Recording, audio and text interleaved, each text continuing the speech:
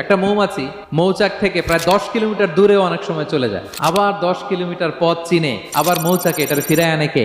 এই পুরো মেকানিজমটা নিয়ে গবেষণা করে অস্ট্রিয়ান একজন সায়েন্টিস্ট, তার নাম হচ্ছে কার্ল ব্রনফিশ, সে একটা বই লিখেছে দ্য ডান্সিং বিজ, এবং এই বই লিখে সে নোবেল লরেট হয়েছে, নোবেল প্রাইজ পেয়েছে। আমরা তো মধু পাইয়া হাতের তালুর মধ্যে নিয়ে জিহ্বা দিয়ে চাটি, আমাদের তো আর ব্রেন খাটানোর ওই সময় নাই। তো সে গবেষণা করে পেয়েছে, মানে কোরআনের আয়াত যা যা বলেছে সে তাই পেয়েছে। মৌমাছি ওখান থেকে ফুলের পুষ্পরস, ফ্লাওয়ার নেকটার্স এনেই কিন্তু মৌচাকে রাখে না, ওইটারে সে খেয়ে ফেলে। এবং সে গবেষণা করে পেয়েছে এক একটা মৌমাছির 2টা স্টোমাক, 2টা পাকস্থলী।